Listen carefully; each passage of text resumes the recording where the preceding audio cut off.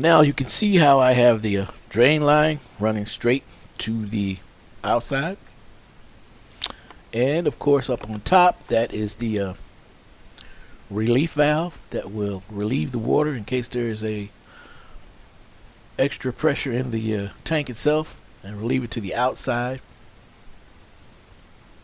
And of course we have the condensation drain from the water heater straight to the trap.